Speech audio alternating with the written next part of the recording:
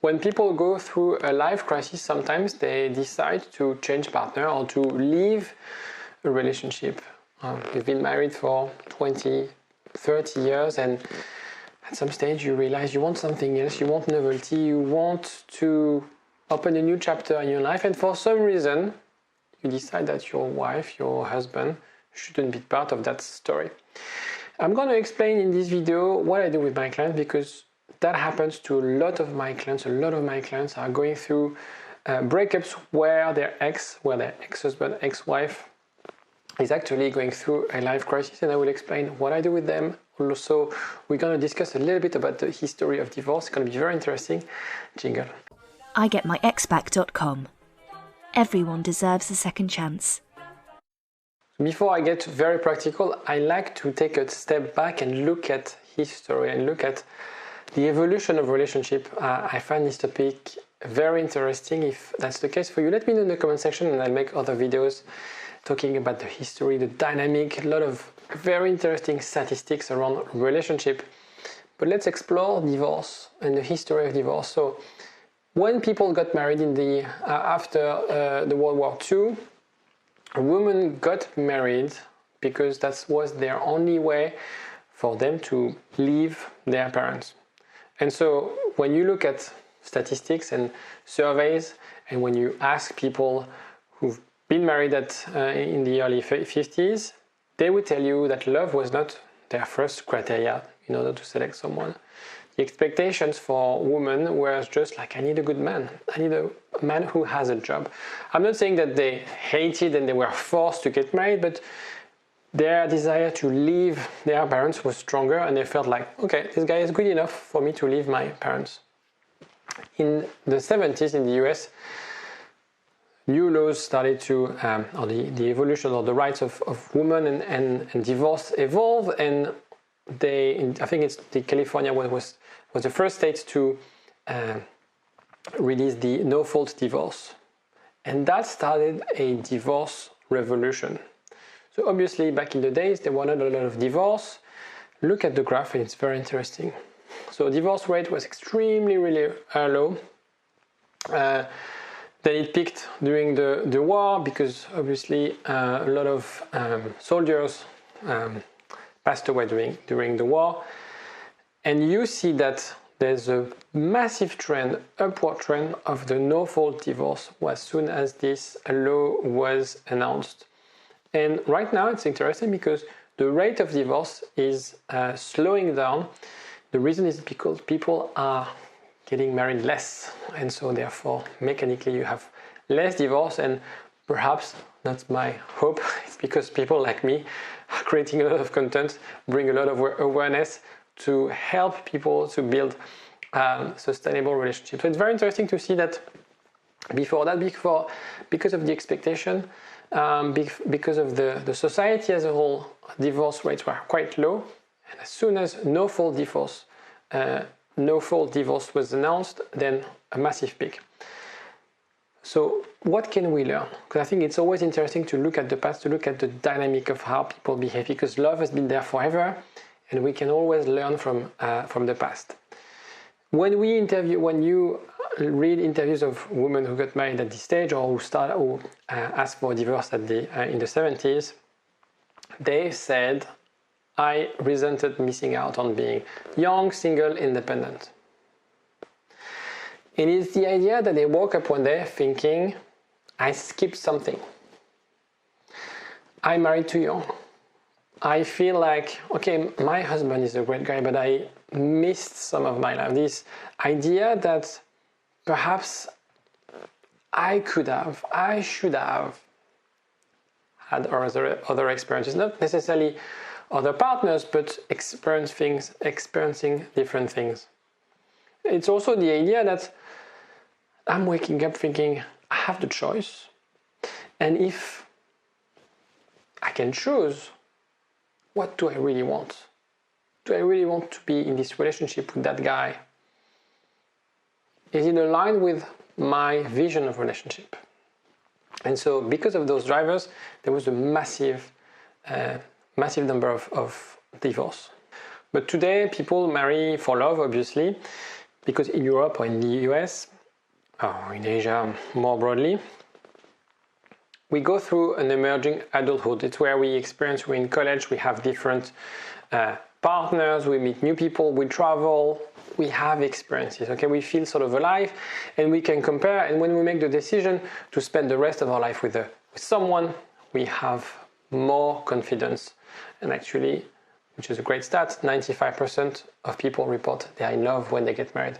Wondering who are those 5%, but that's another discussion, perhaps another video.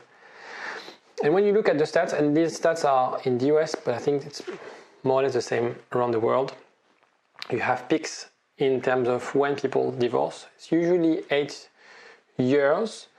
I say excluding honeymoon because there's often a peak as well around the 2 years mark after people getting married. But I want to explore the 8 years mark because usually the 8 years mark is when people have been together for more than 10 years, because usually you meet someone and you get married 2 or 3 years after getting to know that person. I'm going to share with you the 4 main reasons and the drivers of people going through life crisis when they turn 40, when they turn 50, when they turn 60, about people ending a relationship. So in each one, we'll see the belief system or the voice in people's head when they take that decision. The first one is identity. I change identity. I feel that I'm growing, but you're not. So I'm changing, you're not. I feel I wasn't myself. I was in a relationship that was not me, and I had this realization that I want to be traveling, I want to be, I don't know, yoga instructor, I don't want to be working in corporate, and I need this new life, right? I had to put my career aside, I was taking care of the kids, you were working, and now I want to start working. And I don't want to negotiate with you, I don't know, childcare or whatever. It's a very big thing, for example, in the UK, where women spend a lot of time looking after the kids. And when the kids can go to school, 5, 6 years old, that's a lot of divorce there, because women who've had, master's degree, worked, but then decided to take care of their children when they're young age, they want to get back to the job market. They want to do something. And when they do, it's very hard to readjust to new dynamic with their partner. So when that happens, the challenge or the perception is that you are part of the problem. You made me, or you created a life that didn't work for me. You were the one providing, working, and I was taking care of the kids. But I want more than that, actually. I've done my share of the job, and I want to be sort of part of, we need to sort of share, for example, the responsibility with the kids. So it's, for example. Second one is the decrease in relationship satisfaction. The idea that I've been unhappy in my marriage for years, and now I finally accept that won't change. Either people are vocal about that, or they keep it to themselves, but and something that I assess very quickly with people, whether you were sort of roommates with your partner. Whenever you had time together, that was with the kids, that was with people, but you never had like one-to-one time. You can also assess about how many times you would have sex, for example. And in this case, it's the idea that you, but also your partner, let the relationship die by not nurturing any form of excitement and novelty in the relationship. And as it's been something that stayed and sort of stayed like this for a long time, at some stage when something happened in people's life, maybe they meet someone and they start to feel attracted to that person, and that make them realize, not necessarily they cheat on you, but that make them realize, I feel great talking with that person. I feel great being able to seduce, being able to attract someone. And I want to get this sensation, these feelings back, those emotions. And I feel I can't with my partner. The third one, it's about novelty. I'm unhappy and I need excitement in my life to feel alive. Very often when we turn 40, when you turn 50, we feel like life is too short. and I don't want to compromise on things. I want, life is too short, I want to make the most of it. And so we have this thing when we are with a partner for a very long time that we are used to it. And sometimes when you turn, again, big milestone, 50, 40, you look back and you feel like, I don't want to look back regretting things. I don't want to look back, I could have. The idea of, it's actually very interesting coaching exercise is to look at yourself on your deathbed and try to look back and see what have you done, what matters. And maybe people who have had this sort of realization, they decide being single or with someone else will provide me more happiness. I think in today's society we're all about optimizing. And very often we feel I need to optimize my life for love, for happiness. And rather than fixing something that's broken, and I think we're all guilty of that in today's relationship. We buy a new phone, we buy something new, we don't repair. And so we feel very easily, because there's so many options out there, the apps and people meeting people at different age, I have the option. And it feels easier to find someone else. And I will get that novelty with that person. Fourth one, I have new goals. I want to do this. I want to travel. I want to get a new job. I want to move to a new city. But that's not possible with my partner. For example, I have had clients like my partner's client. He sold the company and he wanted to change everything. And he felt like his wife was not part of that new life. So it's really about, and I think we evolve as human beings. But the idea here is that your partner's life goals have changed and they feel that you haven't. They feel that you're not aligned anymore and that you can't adapt. So let me explain you, given those 4 really typical reasons people break up when they're going through a life crisis, what you should be doing. The first thing is to let them experience things. You have to understand, and I know it's very hard to hear, and I know it's not necessarily how you feel reacting, you have to let them experience, you have to let them make their own mistakes. A little bit like a teenager, you have to let them that space and experience things. There's always a state of crisis. I need to act. There's like impulsion. I'm going to buy a new Porsche. I'm going to buy something new.